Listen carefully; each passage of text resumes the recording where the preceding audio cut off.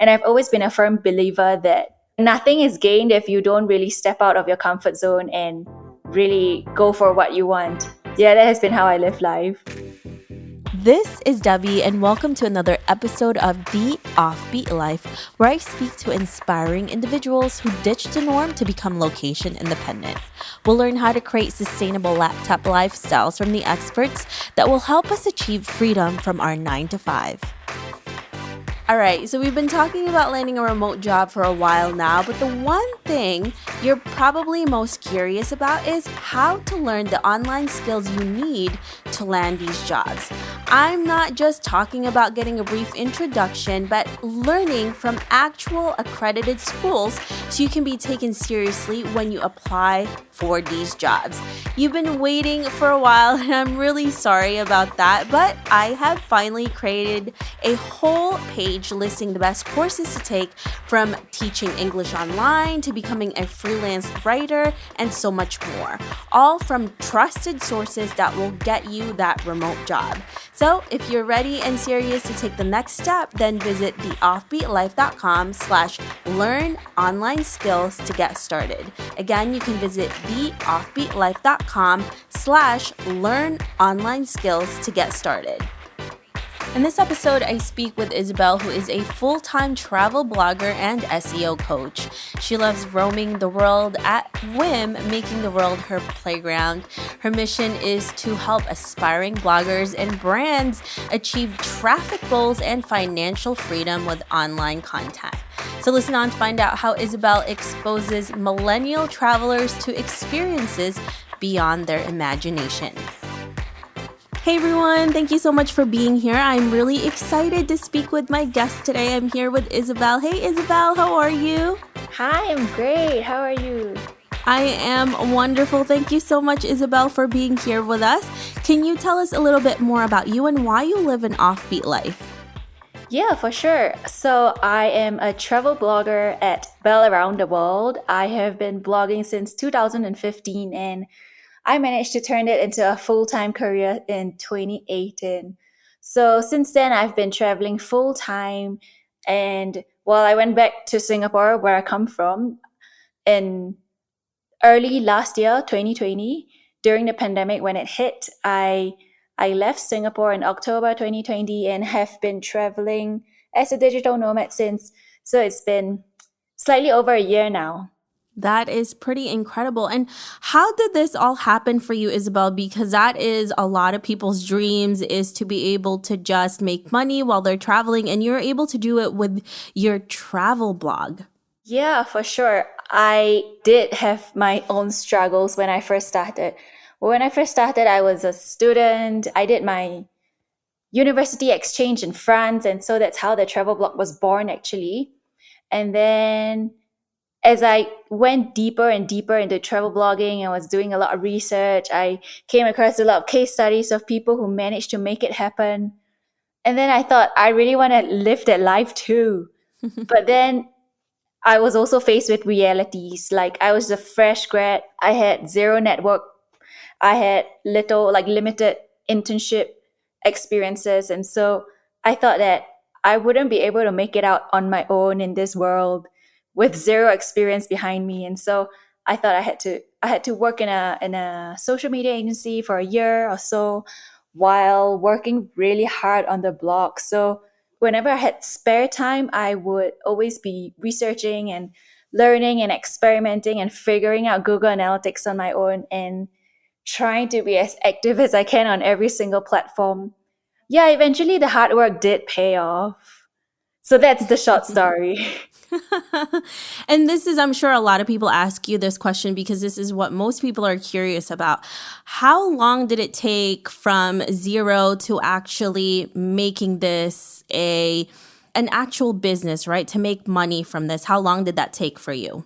Yeah, good question. I love answering that question. So you have to first understand, like, it's kind of a mindset shift. In the beginning, I always treated it as a hobby blog to document my travels. So it didn't really matter if it looked its best or if my content served my audience the best. And so I didn't dedicate as much time, of course, because I also was working full time. yeah, it was only in 2018 when I made this shift. I was like, okay, I'm gonna make it or break it. So I was at this turning point where I just completed a working holiday in New Zealand, and I had two choices. I could either go back to Singapore and look for a full-time job, or use this time off before I got any full-time job, before I was tied down to anything, to try and make the blog work. And so it was really this shift in mindset that made me get serious with blogging and made me make it work. And so with blogging, there are different income streams. There are like sponsored post opportunities, brand partnerships, social media partnerships, advertising. And so I knew that in order to really scale up my blog and really make a full-time income from blogging, I had to have a decent traffic. And back then, Mediavine accepted bloggers who had 25,000 page visits. And so that was my really number one goal, to hit that baseline traffic. From then on, with bigger traffic, you not only get more advertising revenue, you also, advertisers are attracted to you and they want to partner you. You are able to raise your prices as well. And so to me, having this traffic goal was the, I would say, the first step you would want to take in order to turn hobby blogging into full-time blogging. Yeah, and you mentioned you had this mind shift and you ended up just hankering down, making sure you were serious, and you wanted this to turn from hobby into an actual full-time business. So when you say you became really serious, what does that mean? And what was the actual actions that you took to become serious so that you could make this into a business? Yeah, so I worked on it full time. So I treated it as a full time job. I dedicated at least 8 hours a day. I went back to either re optimize all my posts or delete them if they were really redundant. Like, I remember I have one post about how I celebrated New Year countdown in Paris. And from a SEO perspective, like if I wanted to get visitors visiting my blog through Google search, that is not going to count. That is not going to provide any value. And so I really went back and did an overhaul on all my old posts to decide if something is worth beefing up, or I'll just discard them totally. And also I made my first big investment with hiring a custom theme designer to really rebrand my whole homepage. That is awesome. And that's one of the things about travel blogs is that people not only go there to read the articles, but also to look at the images, to look at the places, because it's like a visual journey as well as a story that they're going for. And obviously the tips and tricks, you know where to go and what to see. So I love that. And you all should definitely go to Isabel's website because it is really beautiful. You have a lot of incredible places that you've gone to, and it definitely shows for you. So when you finally did that, right? And I know you said that back then Mediavine was 25,000. Now Mediavine actually upped it to twice as much. Now it's 50K, right? Yeah. And that's why a lot of, when they actually did that, I remember this, so many bloggers were complaining about it. But in a way, I think it's better because then it makes you become even more serious, and the money is better too at 50K. So once you did that, Isabel, what are the other strategies? I know one of them is SEO, and we're going to definitely talk more about that in your extended interview. And then you hired someone to make sure that you had a really great brand and template for your website. Are there any other things that you can share with us that really shifted everything for you, that allowed you to make this into a full-fledged business? Yeah, for sure. The first thing is to really define your audience. I mean, I don't want to go down the conventional road and say that everyone needs to have a niche, because in all honesty, my blog isn't a very niche travel blog. I like to encompass different styles of travel. So I like to talk about food, I like to go on adventures, but I also like the scenic route as well. So when I say define your target audience, for me, it was really narrowing down the country demographic I wanted to attract to my blog. And for me, it was the US. So, I mean, I could go down the easy route and say that I just wanted to target Singapore because it's a smaller audience, it's a smaller country, and so it'll be easier to rank. But my direction was towards the US audience. And so for the US audience, the easiest way to boost your traffic is via Pinterest. And so when I was this close to 25,000, I was really pushing a lot of effort into Pinterest to really push up my traffic, and it did work. I love that. How are you feeling about Pinterest right now? Because they're doing a huge change with the platform, right? And it's not the same as it was before. Do you find it different, harder? How has that changed your, I guess, your strategies and techniques with that platform? Yeah, for sure. I have done many different strategies with Pinterest, and I started with manual pinning. I think there was this platform before Tailwind. It was called Board Booster or something like that. So I was on there for a bit, and then it closed down. So I went with Tailwind for a year, pinning 15, 20 pins on its own with the auto schedule function, as well as really creating a lot of pins at bulk each time. And even then, I was also pinning on Facebook threads, and all of this was really time consuming. Even with hiring a VA, which I did for a while, yeah, for sure, there were traffic spikes from Pinterest, but it was really time consuming. And for me, I'm always looking for the easiest, the most efficient way out. And so with so much active work on Pinterest, eventually I realized that there were other more efficient methods to grow my traffic. And so right now I've really taken a backseat with Pinterest, and all I do now is manual painting. But even then, I don't place much focus on it anymore. Yeah, it's so interesting because I've spoken to a lot of different bloggers and they've said the same thing too. And even with the people who were getting a lot of traffic from it because of all the changes that Pinterest has made, right? Now it's not really conducive to what we want to do as people who have websites because they want people to stay on Pinterest itself. And I have talked to a Pinterest strategist that says you can do a lot of these different strategies. But for someone that is mostly about their website and they're doing other platforms to relearn all of these things, it's just a lot of newness, right? So Yeah, they introduced ads as well, so a lot of yeah. focus was it is placed on ads, and so it's even more difficult to get your reach as it was before. And also the introduction of video pins, which is Mm-hmm. extra effort on top of designing your pins. You have to design video pins now.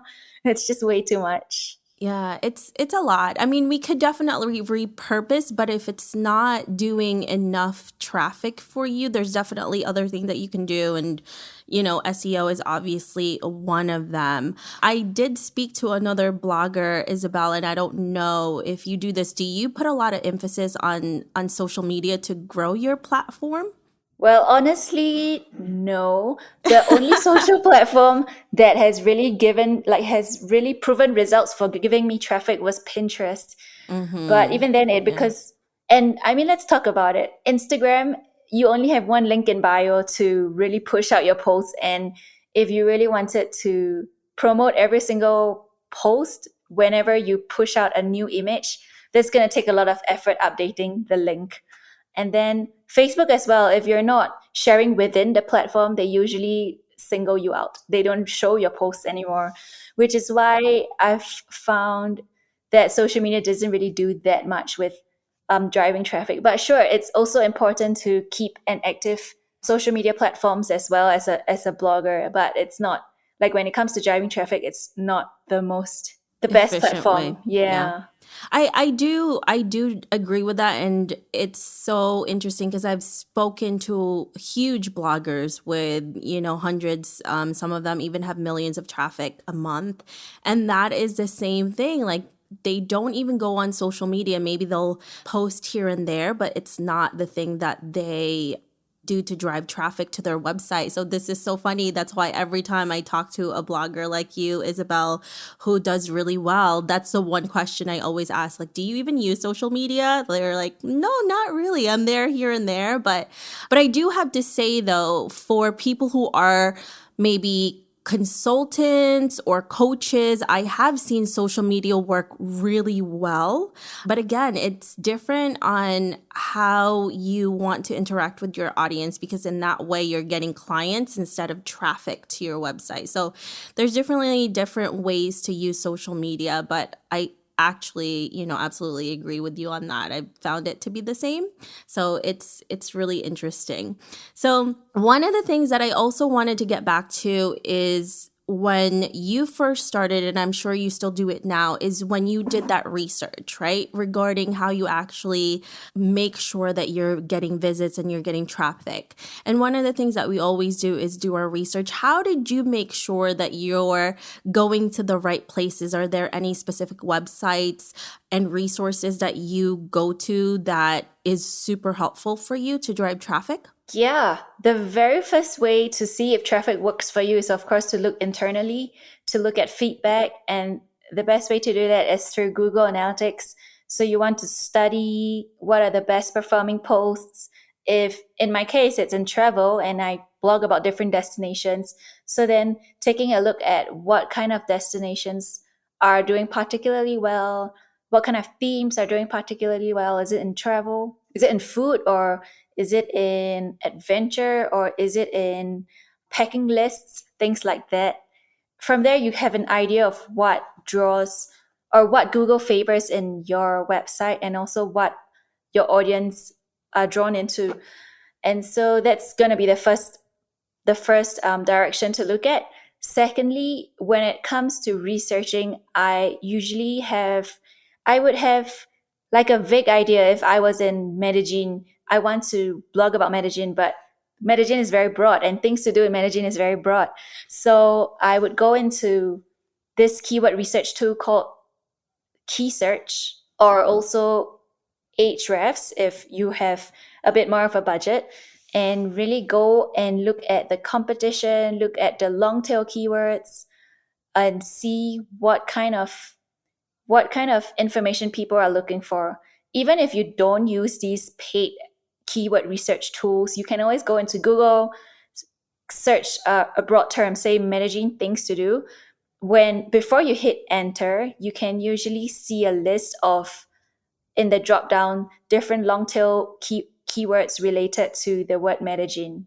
And so that gives you an idea of what people are searching for around that broad term. Yeah, I love that technique. And that's definitely a great way to make sure that you're doing what you're supposed to be doing. And, Google Analytics is free. You can just sign up for it, put your info there, and it has everything there for you. So I love that. So going back to your journey, Isabel, and this has definitely been a few years, and there's a lot that you have done so far. In order for you to kind of make sure that you're prepared, was there anything that you had to do? Did you have any savings? Did you plan everything out before you became a full-time blogger? I definitely did have savings as a backup plan just in case.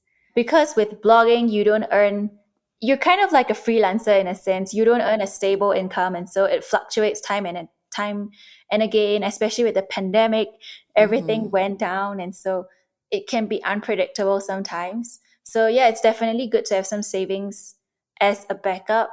Apart from that, in terms of preparation, I didn't really have any real solid preparation. Like if I were to choose a location for a base, okay, then yes, I do have to do some research to see if the country or the city that I'm going to has what the cost of living like, if it has reliable Wi-Fi, yeah, the different resources available there, if it has a digital nomad presence.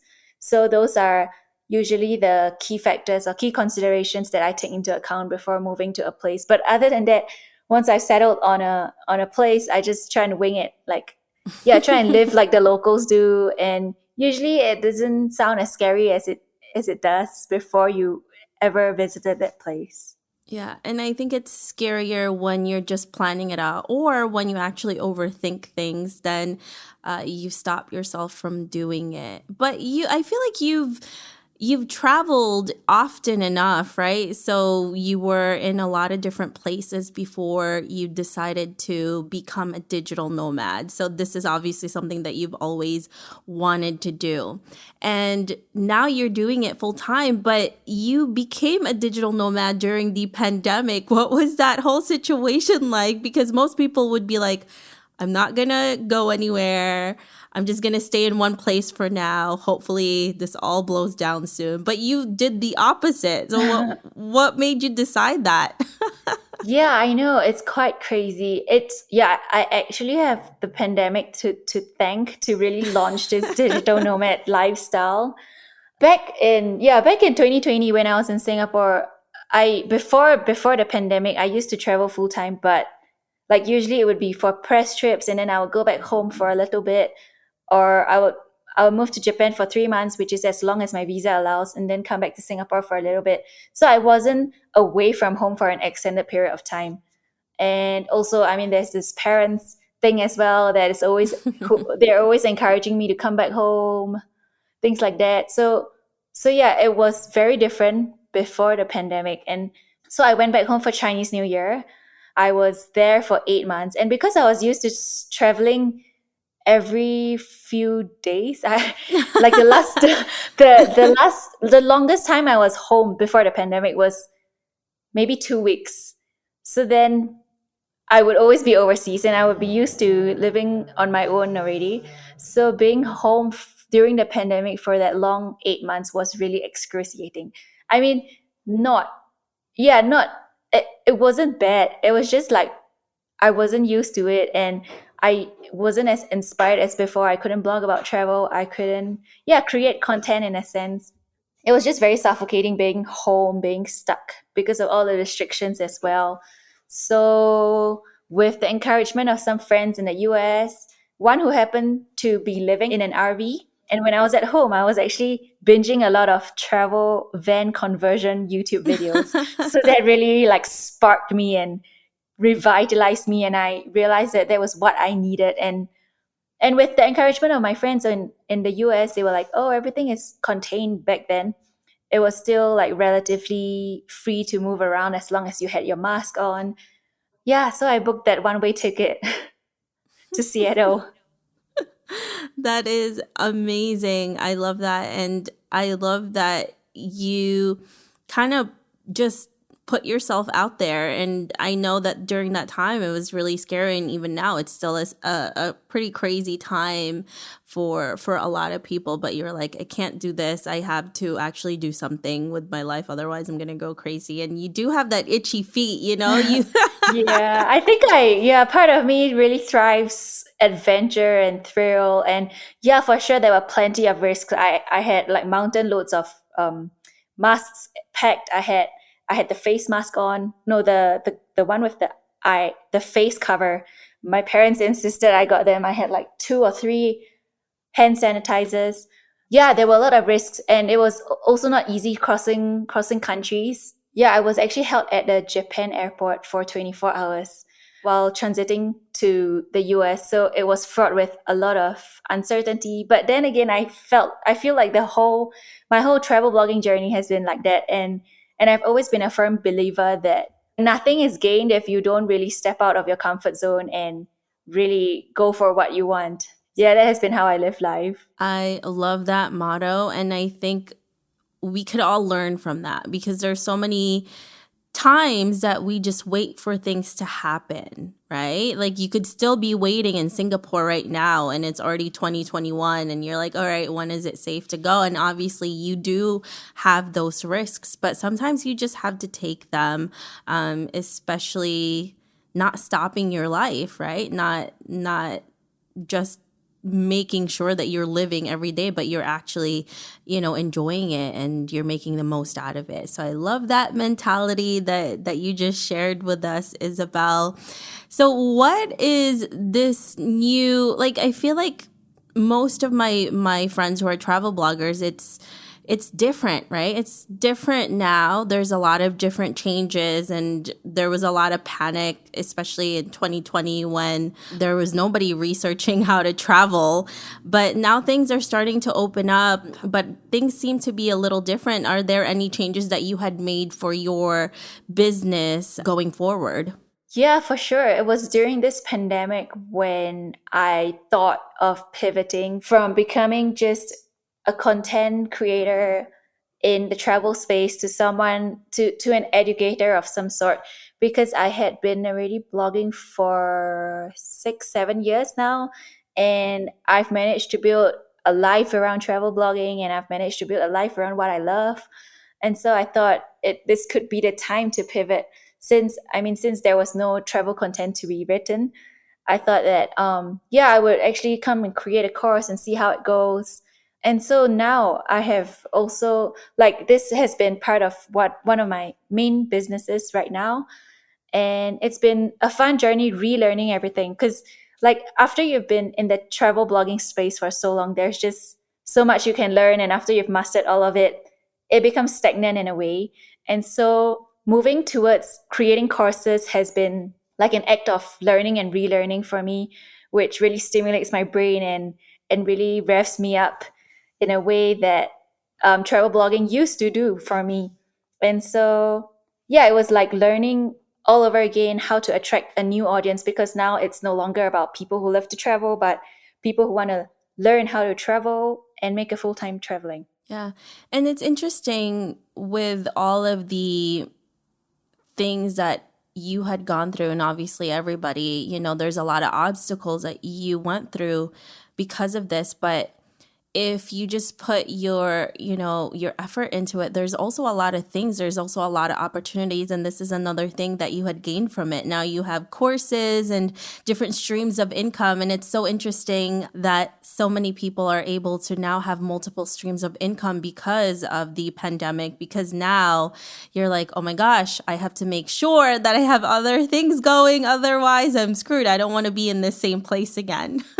Yeah, it's definitely really opening. It's been like eye opening for sure with the pandemic. Everyone's realizing that they can't be stuck in one place anymore. Mm-hmm.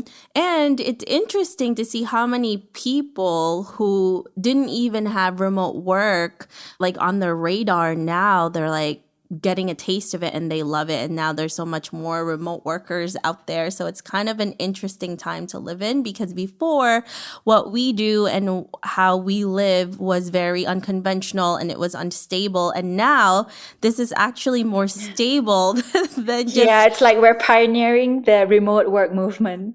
Exactly. And I love that. And now there's so many people that are into it because, first of all, they have no choice. And second, a lot of people realize that they actually enjoy it as well. But so, Isabel, let's look into maybe 30 to 40 years from now, and you're looking back in your life. What legacy would you like to leave, and what do you want to be remembered for? Ooh, wow, that's deep. I definitely want to be remembered for being the action taker, for being not afraid to step out of my comfort zone and live an unconventional life, because if I never did that, I would not have such an enriching experience and such a fulfilling life, not just in terms of seeing and experiencing everything in travel, but also internally. I have learned and grown and developed so much just having to work and figure things out on my own, as I guess what you can call an entrepreneur, as compared to just someone who is a hamster on a wheel and doing the daily mundane tasks in and out.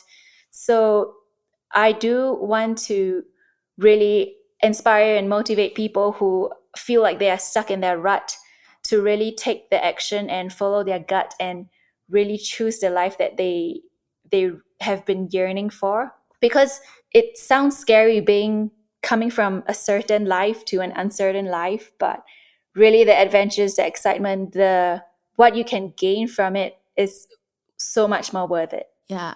So let me ask you this, Isabel. Were you always like this? Were you always the type of person that just went out there and adventured? Or was this something that you had to learn yourself and push yourself towards? I wouldn't say that I've always been like that because being brought up in Singapore, everyone's kind of living a default lifestyle. So when I travel, I used to travel with either a companion or a family or friends. The first time I really forced myself to get uncomfortable was when I booked that one way ticket to France to do my student exchange because I was like, this is something that I have to do before I go into the workforce. If not, I'm going to regret for all of my life forever. And so I had these bucket list places that I wanted to go. And if I couldn't find anyone, I wouldn't be just sulking there in my dorm room. I I am gonna book that ticket on my own and figure things out and speak sign language just to get there and experience it. So yeah, so I guess that experience being traveling alone in Europe really challenged me and and made me do things that I never thought I would, like couch surfing in strangers' home, even if it was just a male host. So that was the scary part, but I overcome it and like it makes you stronger, whatever you have lived, whatever you have overcome. Yeah. Well, I love that, because a lot of people think that if you're someone as adventurous as you are, Isabel, that it just comes really naturally, that it's just so easy. But in the beginning, especially the first time, it's really, really scary. And sometimes you even have anxiety about it, right? It can be debilitating, especially if it's out of your comfort zone. But once you step out of that, once you take that first step, it's like you can't go back again, because you have a Yeah. taste of it. And even though there's a lot of fear and sometimes anxiety that goes along with it, I guess the gift of it and the reward from what you're getting from that is just so much more than the actual fear. So, for the listeners out there who have anxiety and fear about going out of their comfort zone, Isabel didn't have that confidence in the beginning. I definitely didn't. And pretty much most or all of, the people I've interviewed didn't have that either, but it takes that first time, right? Yeah, yeah, I wouldn't deny that it's scary, but there are certain ways that you can go about to overcome the anxiety and Mm-hmm. fear. One of which is to really take precautions. Like, you definitely, right now with technology being so advanced, you can actually share your Google location with friends, family, like close friends and family. So that's one way to really safeguard your safety. The other one is, of course, to keep them updated. Yeah, just to make sure everything is going fine. To give periodic updates to your close people. That would be one way to really keep safe when you are traveling to the unknown. And the other way, like for me, I was very like every time I think about doing something scary and it deters me, I think about what I would feel if I not do it. And then I know I would be overcome with so much guilt and so many what ifs. And so that is primarily what spurs me to move forward to hike that 6,000 meter mountain in Bolivia. And yeah, I guess that kind of that really emboldens me. Yeah. And I really, really love the fact that you said that, you can be adventurous, but also have safety measures that goes along with it. You obviously don't want to just go into something blind and you're not protecting yourself, especially as women. That's one of the things that we're always concerned about is our safety. So, make sure that you're being smart about it as well. And, Isabel, you have some really good tips about that because you've been doing this for quite some time. And I'm sure it's been quite a road for you, but we really appreciate it and for you to be here. So if our listeners want to know more about you, Isabel, where can they find you? Yeah, my travel blog is Bell Around the World. So you can find me at bellaroundtheworld.com. And I am also active on all social media platforms. I am most active on Instagram. I usually share my Insta stories of my day to day life. So yeah, you can find me there. Awesome. Thanks so much, Isabel. We really appreciate you. Thank you for having me on here. I hope you enjoyed this interview with Isabel. Make sure to visit theoffbeatlife.com. Again, that's theoffbeatlife.com to get the extended interview where she shares how to grow your blog traffic using SEO. Hey friend, have you been wanting to start a podcast? I know it can be overwhelming in the beginning. Believe me, I have been there. Lucky for you, we have created a new site called howtocreateapodcast.com that shares a ton of freebies that can help you get started. From launching, growing to monetizing, we share it all in one place. Visit howtocreateapodcast.com for more information. Hey listeners, thank you for listening to this episode, and I'm so thankful for your support. I would love to hear your thoughts on this episode and get suggestions on guests, topics we can discuss, and so much more. Feel free to reach out at hello@theoffbeatlife.com and let me know what you'd like to hear. If you like the show, don't forget to give us some love and review on iTunes. Thank you again for being a part of this journey, and I can't wait to hear how your location independent story will unfold.